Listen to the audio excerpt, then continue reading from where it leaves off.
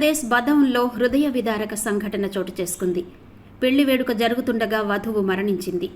తన హల్దీ వేడుకలో నృత్యం చేస్తూ ఉండగా బాత్రూంకు వెళ్లిన 22 ఏళ్ల యువతి గుండెపోటుతో మృతి చెందింది.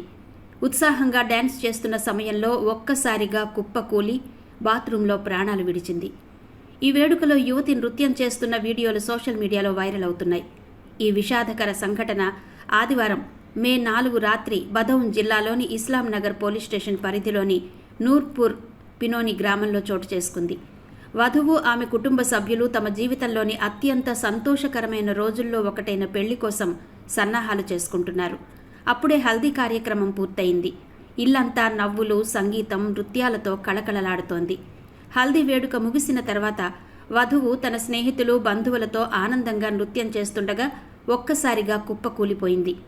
వెంటనే అక్కడున్న వారు సహాయం చేయడానికి ప్రయత్నించినప్పటికీ యువతిని రక్షించలేకపోయారు.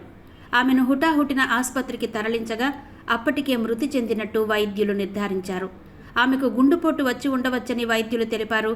నేడు ఉదయం వరుడి పెళ్లి ఊరేగింపు రావలసి ఉంది. పెళ్లికి వధువును అందంగా అలంకరించిన పల్లకిలో పంపించాల్సిన చోట ఆమె పార్థివ దేహాన్ని అంత్యక్రియల కోసం మోసుకెళ్లాల్సి వచ్చింది. వధువు హఠాన్మరణం ఆమె కుటుంబాన్ని తీవ్ర దిగ్భ్రాంతికి గురిచేసింది. ఆమె తల్లి షాక్తో, దుఃఖంతో స్పృహ కోల్పోయింది.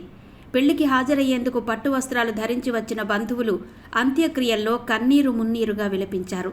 స్థానిక నివాసి ఒకరు మాట్లాడుతూ, ఆ అమ్మాయి సంపూర్ణ ఆరోగ్యంతో ఉంది. ఆమెకు ఎలాంటి అనారోగ్యం లేదు.